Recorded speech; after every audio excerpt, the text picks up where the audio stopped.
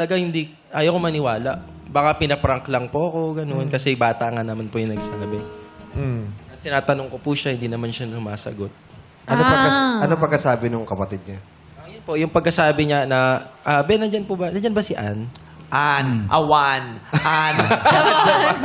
sabi nung bata. Japan. Awan, Japan. Japan. So, paano mo siya kinonfront na, uy, sa Japan ka pala?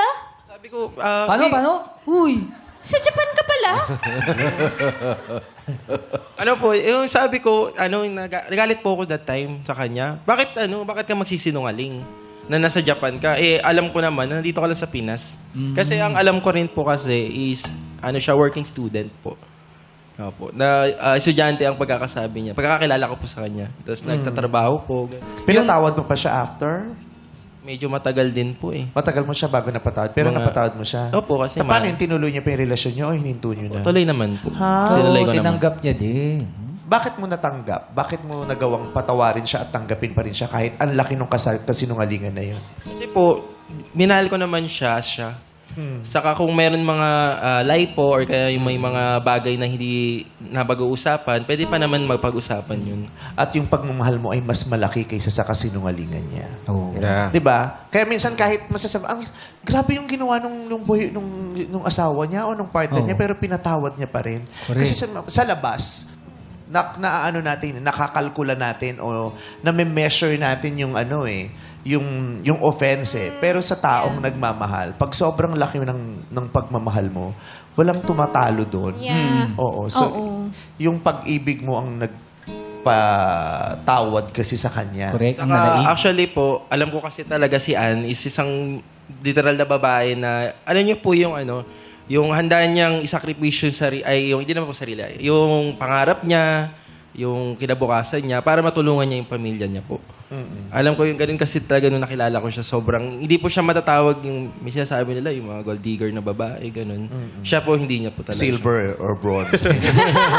Pero nung nalaman na ni Justin na doon ka nagtatrabaho sa Japan, sinabi mo ba kung anong trabaho mo? Opo. Pero tinanggap ka niya. Pero sa Pilipinas mo na sinabi? Sa chat.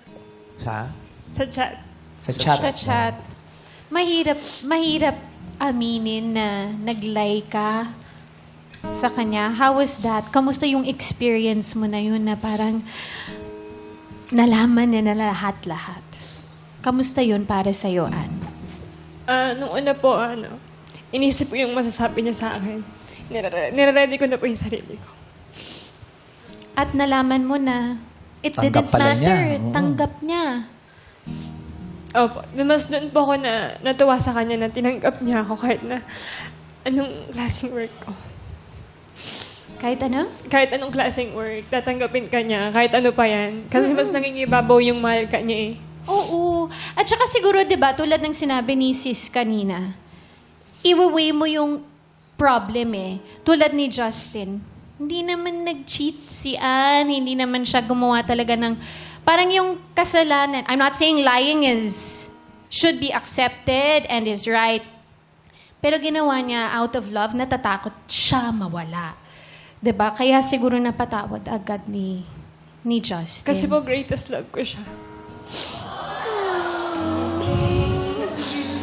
Alam ba ni Whitney Houston na siya ang greatest love?